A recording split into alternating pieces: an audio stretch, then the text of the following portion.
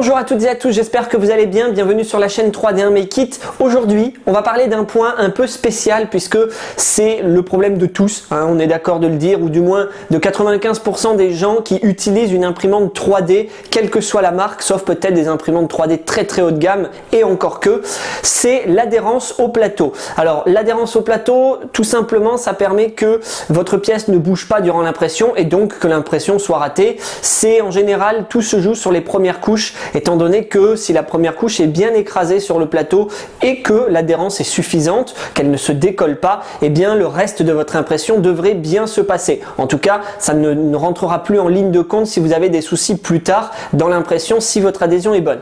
Donc on va déjà voir un petit peu ce qu'il existe, qu'est-ce qu'on peut trouver sur le marché pour voir un peu les différentes possibilités pour pallier à ce problème d'adhésion, puisque c'est quand même un problème assez récurrent à l'heure actuelle. Donc on va essayer de voir ça et moi je vais vous montrer ce que j'utilise et que je trouve pour la part plutôt pas mal. Par contre, vous allez voir, il y a un petit trick sur ce truc. Allez, on passe tout de suite derrière moi. Je vais vous montrer les différents plateaux que j'ai essayé, que j'utilise ou que je n'utilise plus pour le coup, et ce que vous pouvez avoir chez vous. Bien, donc pour commencer, on va parler du plateau de verre, très simple. Donc un plateau lisse, comme vous pouvez le voir, qui pour le coup est quelque chose que tout le monde a au moins essayé une fois, puisque c'est facile, on va s'en chercher un directement chez le marchand, on se fait découper une plaque de verre et on le teste. Donc pour ma part, la plaque de verre, on va dire simple, sans avoir eu de sablage ou quoi que ce soit d'autre, ne fonctionne pas. En tout cas pour moi, ça ne fonctionne pas. L'adhésion se fait très mal, même sur quelque chose qui a une très large couche d'adhérence, donc une très large zone sur le plateau, personnellement ça ne marche quand même pas. Donc pour ma part, la plaque de verre simple, lisse, n'est pas bonne. En tout cas, je ne la recommande pas. On passe ensuite avec un peu le même style de verre. Par contre, il est, alors je vais pas dire martelé parce que ce n'est pas le terme, mais ça fait des espèces de petites bosses et creux sur le verre, très fin. Il faut trouver quelque chose le plus fin possible pour éviter que votre première couche ne soit un peu déformée et qu'elle soit quand même lisse. Donc essayez de trouver un verre le plus fin possible en ayant toujours des petites aspérités, ce qui peut permettre dans certains cas, et je précise bien dans certains cas, d'adhérer au plateau pour vos premières couches, sachant que j'ai fait des tests avec cette façon là, ce n'est pas optimal non plus. Ça marche pas pour toutes les impressions, mais ça peut être une alternative si vous n'avez rien d'autre. Et pour le moment, on va dire que c'est pas quelque chose d'exceptionnel, mais ça peut remédier à quelques soucis. En tout cas, je vous le recommande pas forcément non plus, sauf si vous avez bien sûr sous la main ce type de plaque. Vous pouvez toujours essayer, mais pour ma part, je ne le recommande pas forcément non plus. Alors là, comme vous pouvez le voir, c'est tout simplement le plateau de l'Alphawiz, le côté Bultac de l'Alphawiz. Alors Bultac c'est un grand mot, mais enfin en tout cas revêtement Bultac, qui pour le coup, comme je n'ai pas d'autres Bultac, je vais vous parler de celui-là. Alors déjà, première chose, on va mettre de côté le fait que, pour ma part en tout cas, le plateau, ce plateau-là, donc de l'Alphawiz d'origine, était bombé au centre. Donc déjà, vous oubliez ce problème, vous oubliez ça, vous mettez de côté, vous partez du principe que votre plateau est bien lisse avec un Bultac dessus. Le Bultac est quand même quelque chose de très bien. Par contre, faites attention aux différentes marques, on va dire entre parenthèses sous-marques du Bultac, puisque si vous prenez un réel Bultac, ça marche bien, ça marche très bien. Le plateau de l'Alphawiz de ce côté-ci, malgré le centre bombé sur les bords, je n'ai eu aucun problème d'adhérence une fois chaud. Donc c'est vrai que ça peut être quelque chose d'intéressant pour vous, sachant que un Bultac, bon, un vrai Bultac, ça coûte quand même assez cher, pardon, c'est entre 50-60 balles minimum, peut-être un petit peu moins, peut-être un peu moins dans les mois à venir, puisque ça va peut-être se démocratiser un peu, mais en tout cas le Bultac est une bonne surface. Moi, la seule chose que je n'aime pas chez le Bultac, et ça c'est quelque chose que malheureusement je vais dire régulièrement pour ceux qui me suivent sur Twitter ou ailleurs, j'ai horreur des surfaces qui ne soient pas solides. C'est-à-dire que le Bultac, c'est très bien, ça adhère très bien. Par contre, il faut faire attention une fois que vous retirez votre pièce, si vous utilisez une spatule ou quelque chose pour pouvoir la décoller. Le Bultac, c'est fragile. Ça va faire des petits stries, ça va décoller le Bultac, ça va faire des... comment on pourrait dire? Ça va abîmer votre Bultac et au fur et à mesure, malheureusement, eh bien, le Bultac sera mort et il va falloir le changer. Alors, bien entendu, on ne dit pas non plus de changer le Bultac tous les mois, mais pour ma part, c'est quand même pas une solution viable dans le temps puisqu'on est toujours obligé de le changer au bout d'un certain temps ou alors au bout d'un certain nombre d'impressions. Si vous imprimez énormément, eh bien, vous allez user votre Bultac plus rapidement. Donc, pour le coup, eh bien, je ne trouve pas ça optimal, bien que le Bultac soit quand même quelque chose de très intéressant. Donc après, à voir pour vous, c'est vous qui voyez, un bon Bultac, ça peut faire très bien le taf, il n'y a pas de souci. Très bien, ensuite on passe pour l'avant-dernier revêtement, en tout cas que moi j'utilise. On va parler après d'autres méthodes pour que ça adhère au plateau, mais là pour l'instant je vous présente les différents types de plateaux possibles, de revêtements possibles. Donc là on parle tout simplement d'un miroir. Donc le miroir, au même titre que la glace lisse, c'est-à-dire que sans rien faire dessus, c'est pas top.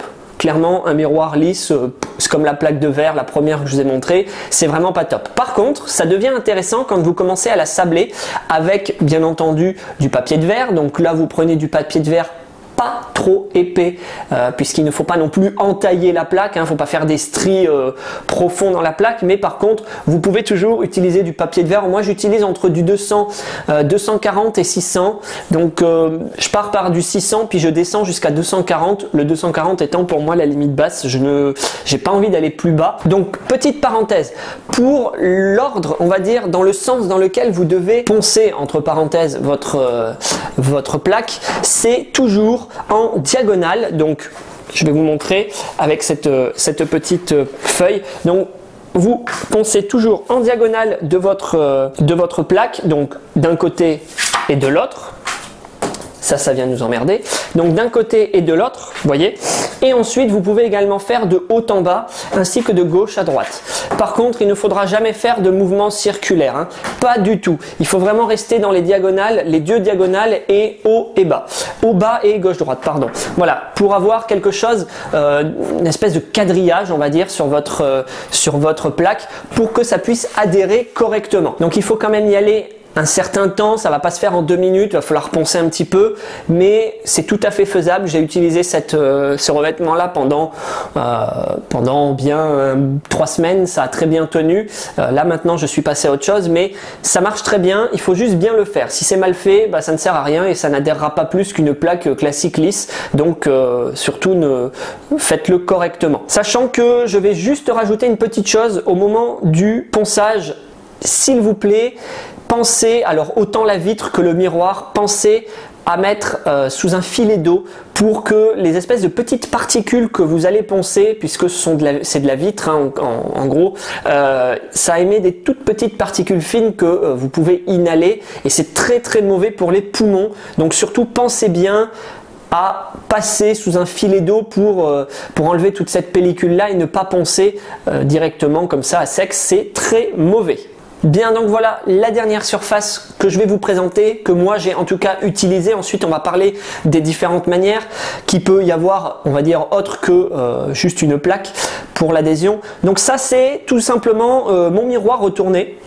Voilà, tout bêtement, en gros, j'ai retourné mon miroir, j'ai vu cette surface un peu verdâtre, adhésive, à chaud en tout cas, et je me suis dit, tiens, pourquoi pas l'essayer. Donc j'ai essayé la plaque directement comme ça, donc sans la modifier avec du papier de verre. Je me suis dit, on va essayer comme ça. C'est pas top. C'est vraiment pas top parce que en gros ça fait une surface assez lisse et c'est vrai que les surfaces lisses c'est pas bon hein. En soi c'est pas très bon sauf si vous utilisez autre chose, mais on en parlera juste après. Donc ce que je me suis dit c'est que je vais légèrement la poncer. Alors là par contre c'est une surface qui se ponce extrêmement bien. C'est un peu comme de la poudre quand vous allez poncer, mais de la poudre très épaisse hein. Ça fait un peu je sais pas du cacao, mais du cacao vert hein. C'est une poudre très très épaisse. Par contre ça fait le café. Une fois que c'est poncé, très sincèrement, j'ai la même plaque sur mon imprimante actuellement, ça fait vraiment le café. Si votre bed est si vous avez fait un bon leveling du bed, ça marche très très bien. Il n'y a pas de warping, il n'y a pas de décollement, même sur des toutes petites surfaces, quelques millimètres d'adhésion au plateau, ça marche quand même très bien, en tout cas pour moi. Et donc je ne peux que vous recommander cette surface, simplement je ne connais pas son nom. Voilà, donc c'est un peu embêtant. Je ne sais pas ce que c'est. Je dirais simplement que c'est le cul de mon miroir. Voilà, c'est le dos de mon miroir. Donc je ne sais pas ce que c'est comme revêtement. Si quelqu'un le sait, n'hésitez pas à le mettre dans les commentaires. Ça pourra aider beaucoup de monde et éventuellement pouvoir trouver des plaques autres que miroir pour avoir ce type de côté-là. Je ne sais pas où trouver ça ailleurs que derrière un miroir puisque je ne sais pas ce que c'est. En tout cas, ça marche très très bien. Donc n'hésitez pas à faire le test si vous en avez dans vos magasins de bricolage, d'acheter ce genre de plaque. C'est vraiment le top. Pour moi, je n'ai aucun souci d'adhésion depuis que j'utilise ça. Donc pour ma part, je recommande totalement ce genre de petits trucs là, c'est le top. On va finir avec les consommables. Comme je l'ai marqué en début de vidéo, on va parler maintenant de ce que vous pouvez acheter en dehors des plaques bien entendu, et d'utiliser les plaques un peu en mode, comme je vous ai montré, on ponce et on utilise. Ça, ce sont pour ma part, en tout cas, des idées optimisées et optimisables, parce que pour le moment, il n'existe pas encore, enfin du moins à l'heure actuelle, la méthode miracle pour qu'il y ait une adhésion absolument magnifique au plateau, à part peut-être un Bultac, mais et encore que le Bultac, comme je vous l'ai dit, c'est pas forcément viable puisque ça s'abîme. Mais quoi qu'il en soit, on va parler de choses où là, il va y avoir débat, étant donné que certaines personnes vont être pour et d'autres vont être contre de l'utilisation de différents consommables externes. Donc, ce que je veux dire, consommable externe, c'est un peu bête dit comme ça, mais en gros, c'est quoi? C'est utiliser de la laque à cheveux, comme vous pouvez voir à l'écran. Donc là, j'ai pris Garnier Fructis parce que c'est une marque connue qui, pour le coup, fonctionne plutôt pas mal. Effectivement, ça a une bonne tenue sur le plateau. Une fois que vous avez fait chauffer votre plateau et que vous avez mis dessus votre laque, eh bien ça tient très très bien. Même au contraire, si vous en mettez un peu trop, ça tient beaucoup trop et après vous allez même avoir du mal à retirer votre impression du plateau. Donc c'est même peut-être trop, mais en tout cas il vaut mieux trop que pas assez, parce que sinon eh bien vous allez avoir des soucis d'adhérence. Donc Garnier Fructis, c'est quelque chose de bien. Laque à cheveux, c'est très bien, donc vous prenez ça ou une autre. Après, c'est à vous de voir ce que vous voulez acheter. Il y en a certaines qui fonctionnent mieux que d'autres, ça c'est à vous de tester. Quoi qu'il en soit, laque à cheveux, certains utilisent des bâtonnets de colle.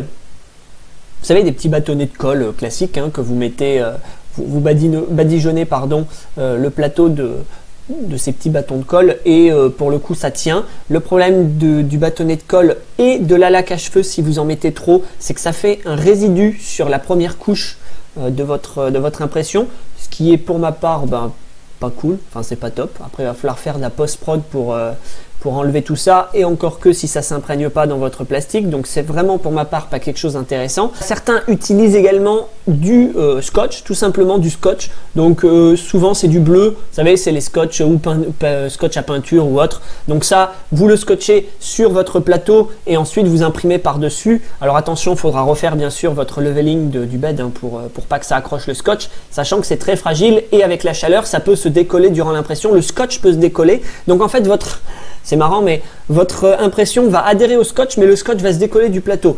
C'est pas top, mais bon, ça marche. Ça marche, je raconte quand même un peu des bêtises.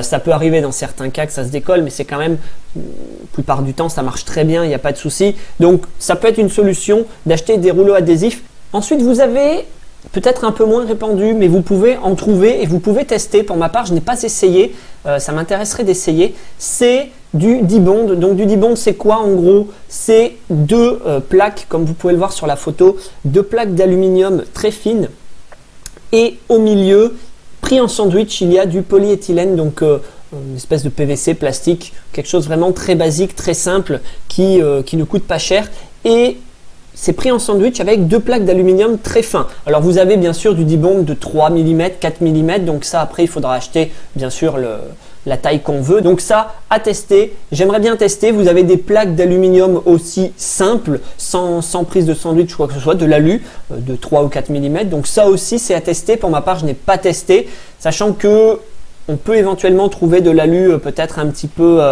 un petit peu striée, ou enfin pas forcément très lisse, donc ça peut être intéressant d'essayer aussi ce genre de plaque là. En tout cas, ça me paraît plus intéressant ce type de plaque là que d'utiliser des consommables extérieurs, mais bon, ça après c'est mon avis, chacun fait comme il veut, et n'hésitez pas dans les commentaires à dire ce que vous utilisez ou ce que vous n'utilisez pas et pourquoi vous utilisez tel ou tel truc plutôt qu'un autre. Voilà, donc on retourne sur cette magnifique photo du rouleau adhésif bleu pour conclure la vidéo. Alors on va rapidement faire un débrief de tout ça. Il y a deux grandes catégories pour moi de possibilités pour avoir une adhésion correcte. Soit vous cherchez un panneau, donc comme pour ma part un panneau, un miroir, un verre, quelque chose de ce style que vous allez sabler, bien sablé. Si c'est mal fait, ça n'adhérera pas.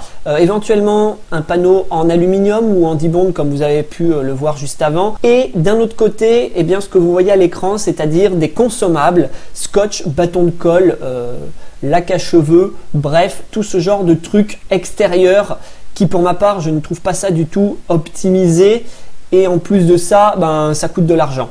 Pour ma part, hein, ça m'a coûté 4 € d'acheter une plaque et au final, ça marche très bien sans utiliser quoi que ce soit de consommable. Donc pour moi, les consommables sont inutiles.